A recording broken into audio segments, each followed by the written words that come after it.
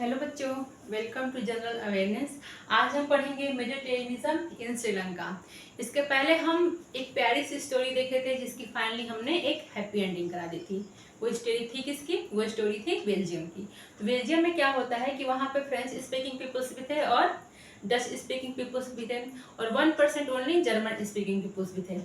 तो जो वहाँ की गवर्नमेंट होती है बहुत ही एकोमोडेट तरीके से वहाँ पे कॉन्स्टिट्यूशन में 4 बार बदलाव करके वहाँ पे जो प्रॉब्लम होता है उसको सॉल्व करती है। ठीक है, लास्ट में हम क्या देखते हैं कि वहाँ पे जो गवर्नमेंट फॉर्म होती है वो सेंट्रल गवर्नमेंट रहती है, स्टेट गवर्नमेंट रहती है और कम्युनिटी गवर्नमेंट रहती है। कम्युनिटी गवर्नमेंट कौन थी? कम्युनिटी गवर्नमेंट मीन्स जो भी वहाँ के अलग अलग लैंग्वेज के पीपल्स थे उनका एक अलग अलग कम्युनिटी गवर्नमेंट बनाया गया था। मीन्स जैसे कि अगर फ्रेंच लैंग्वेज को प्रॉब्लम हो रहा है तो वो किसके पास जाएगी? वो जाएगी कम्युनिटी गवर्नमेंट के पास। तो जो इंटरनल इशू था जैसे उनका कल्चर, उनका एजुकेशन, उनके लैंग्वेज को लेकर प्रॉब्लम हो रहा है तब वो जाएगी। ठीक है, तो इतना हमने देखा था। और फिर देखा था कि उसी के साथ जो ये श्रीलंका की स्टोरी चल रही है तो इसकी एक हैप्पी एंडिंग क्यों नहीं होती है, इसका मुंह क्यों ऐसे बना रहता है? तो इसका एक यही आंसर है कि ये पावर शेयर नहीं करता और बेल्जियम जो है अपने में पावर शेयर करता है। और जो बेल्जियम का कैपिटल होता है ब्रुसेल्स, जो यूरोपियन यूनियन रहता है उसको अपना हेडक्वार्टर बना लेता है। ठीक है, ये स्टोरी हमने देखी थी। Sri Lanka island nation few KM off the southern coast of Tamil Nadu. जो श्रीलंका है एक आइलैंड कंट्री है, मीन्स इसके चारों तरफ पानी है और जो इंडिया का सदर्न मोस्ट एरिया है उसके कुछ किलोमीटर के नीचे ये श्रीलंका है। ठीक है, और इसका जो पॉपुलेशन है वो 2 करोड़ है, मतलब बराबर हम कह सकते हैं हरियाणा के। फिर यहाँ पे जो पॉपुलेशन है तो यहाँ जैसे बेल्जियम में एथनिक कंपोजिशन था, एथनिक वेरिएशन था, वैसे यहाँ पे भी एथनिक वेरिएशन है। ठीक है, मीन्स यहाँ पे जो मेजर सोशल ग्रुप है वो है सिन्हालास स्पीकर पीपल्स। मीन्स वो 74% है, जो सिन्हालास लैंग्वेज यूज करते हैं वो 74% है और 80% तमिल स्पीकर हैं। अब तमिल स्पीकर में भी 2 सब डिवीजन है। तो देखते हैं, Tamil native means Sri Lankan Tamils, means जो वहाँ के नेटिव पीपल्स हैं, मीन्स जो तमिल लैंग्वेज यूज करते हैं पर वहाँ के नेटिव्स हैं उनको श्रीलंकन तमिल्स बोला गया। ठीक है, और एक है इंडियन तमिल्स। अब ये इंडियन तमिल कौन है?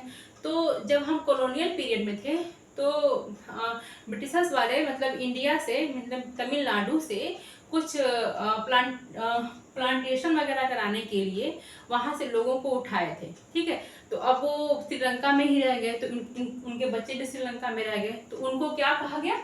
उनको कहा गया इंडियन तमिल्स। ठीक है, फिर है सिन्हाला स्पीकर बुद्धिस्ट, और जो सिन्हाला स्पीकर हैं वो बुद्धिज्म को फॉलो करते हैं। और जो सिन्हाला तमिल हैं उसमें भी 2 सब डिवीजन था, कुछ लोग हिंदू थे और कुछ लोग मुस्लिम थे। तो और जो 7% क्रिश्चियन थे उसमें से तमिल और सिन्हाला दोनों लैंग्वेज बोलते थे। फिर से समझते हैं, 74% कौन था? सिन्हाला स्पीकर। ठीक है, और 80% तमिल स्पीकर है। इसमें 2 सब डिवीजन है, पहला है तमिल नेटिव्स मीन्स जो वहीं के रहने वाले थे और दूसरा है इंडियन तमिल्स मीन्स जो इंडिया से लाए गए जो मजदूर वगैरह थे वो। ठीक है, मीन्स प्लांटिंग करने के लिए, गार्डनिंग करने के लिए। ठीक है, अब जो सिन्हाला स्पीकिंग पीपल्स थे उनका जो रिलीजन था वो था बुद्धिज्म, मीन्स वो बुद्धिज्म को फॉलो करते थे। ओके, और जो तमिल्स थे मीन्स ये जो नेटिव्स वहाँ के तमिल्स हैं उसमें कुछ हिंदू थे और कुछ मुस्लिम थे। ओके बेटा, और फिर जो 7% क्रिश्चियन थे तो उसमें तमिल लैंग्वेज भी बोलते थे और सिन्हाला लैंग्वेज भी बोलते थे। ये स्टोरी बेल्जियम के साथ साथ चली है वहां तक। ठीक है, आज हम पढ़ेंगे मेजोरिटेरियनिज्म इन श्रीलंका। श्रीलंका में क्यों मतलब मेजोरिटेरिज्म को फॉलो किया जाता है, मीन्स वहाँ पे जिसकी संख्या ज्यादा है उसको क्यों फॉलो किया जाता है? मीन्स संख्या तो सबकी बराबर थी, मीन्स जिसकी संख्या एक लैंग्वेज ज्यादा बोलती है उसको फॉलो किया गया।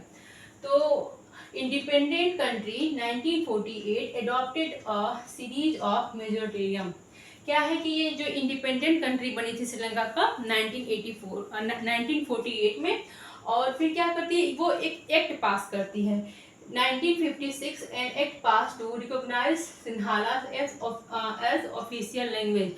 और जो ये एक्ट 1956 का होता है उसमें जो सिन्हाला लैंग्वेज होता है उसको ऑफिशियल लैंग्वेज बोल देती है।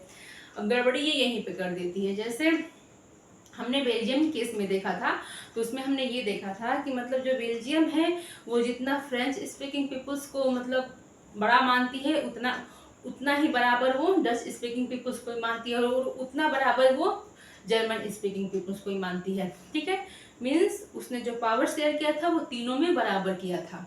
जैसे उसने सेंट्रल गवर्नमेंट में जो भी उसके रिप्रेजेंटेटिव थे, तो जितने फ्रांस के थे उतने डच के थे और उतने ही जर्मन्स के थे। और देखा था हमने कि स्टेट गवर्नमेंट भी वो वही यही करती है। पर यहाँ पे क्या हो रहा है, यहाँ पे जो श्रीलंका है ये उल्टा काम कर रहा है। मीन्स ये मेजोरिटेनिज्म को फॉलो कर रहा है। मीन्स जिसकी संख्या, बोलने वालों की संख्या जिसकी ज़्यादा है उसको फॉलो कर रहा है। तो सिंहालास पीपल को ये फॉलो किया, ठीक है, और उन्हीं के लैंग्वेज को ये ऑफिशियल लैंग्वेज बना दिया। फिर the government follow policy that favour Sinhala applicant for government job and admission. तो क्या होता है, देखो जैसे कि स्कूल है तो उसमें अब एक सीट है, ठीक है, और उस सीट के लिए कैपेबल तमिल्स पीपल हैं। मीन्स जो इंडियन तमिल है वो मतलब कैपेबल है, और जो सिंहालास है वो कैपेबल नहीं है। पर वो सीट मिलेगी किसको, वो सीट मिलेगी सिंहालास को, ठीक है, क्योंकि वहाँ की जो एक्ट था उसमें यही लिखा हुआ था। ओके, जो ये बहुत ही बुरा बात था। फिर है, और जो जॉब वगैरह भी है, तो अगर जॉब के लिए भी दो लोग लड़ रहे हैं, मीन्स तमिल लड़ रहे हैं और सिंहाला लड़ रहे हैं, तो किसको मिलेगा, वो सिंहालास को ही मिलेगा। वहाँ का कॉन्स्टिट्यूशन ये कह रहा था। और new constitution stipulated that the state shall protect the foster Buddhism. और जो नया कॉन्स्टिट्यूशन था वो पूरी तरीके से बुद्धिज्म को फॉलो कर रहा था, उसको प्रोटेक्ट कर रहा था और उसी को बढ़ा रहा था। तमिल्स वगैरह का जो भी रिलीजन था, जो मुस्लिम थे, उसको किसी को भी वो साथ नहीं दे रहा था। वो सबसे ज़्यादा किसका साथ दे रहा था, वो सिंहालास का साथ दे रहा था। सपोर्ट सिंहाला लैंग्वेज कल्चर रिलीजन, और पूरी तरीके से वो सपोर्ट करता है सिंहालास का लैंग्वेज में, कल्चर में और वहाँ के रिलीजन में, मीन्स बुद्धिज्म को, और इग्नोर करता है तमिल्स का लैंग्वेज, तमिल्स का रिलीजन और तमिल्स का कल्चर। तो अब क्या होता है कि जो तमिल्स होते हैं उनको ये फील होने लगता है कि जो वहाँ गवर्नमेंट है और जो वहाँ कॉन्स्टिट्यूशन है वो उनका जो फंडामेंटल राइट्स है उसका भी मतलब उसको भी वो वहाँ का जो गवर्नमेंट है उसको फिनिश कर रहा है। मीन्स जो राइट टू इक्वालिटी है उसको वहाँ पे फिनिश किया जा रहा है। मीन्स अब उन्हें बहुत बुरा फील हो रहा है कि मतलब हम ये श्रीलंका तो हमारी भी कंट्री है, पर हमारा यहाँ कल्चर भी नहीं है, ना लैंग्वेज है, किसी भी चीज़ को यहाँ पे माना ही नहीं जा रहा है। यहाँ तक का जो राइट टू इक्वालिटी है, मीन्स फंडामेंटल राइट्स जो हमारा है उसे भी छीन लिया जा रहा है। तो अब हम दूसरे वीडियो में क्या पढ़ेंगे, हम दूसरे वीडियो में पढ़ेंगे कैसे जो वहाँ का तमिल्स होते हैं वो अलग एक पॉलिटिकल पार्टी की मांग करने लगते हैं, एक अलग देश की मांग करने लगते हैं। कहाँ पे, श्रीलंका में, क्योंकि यहाँ पे अब सिविल वॉर हो रहा है लैंग्वेज को लेके, ठीक है।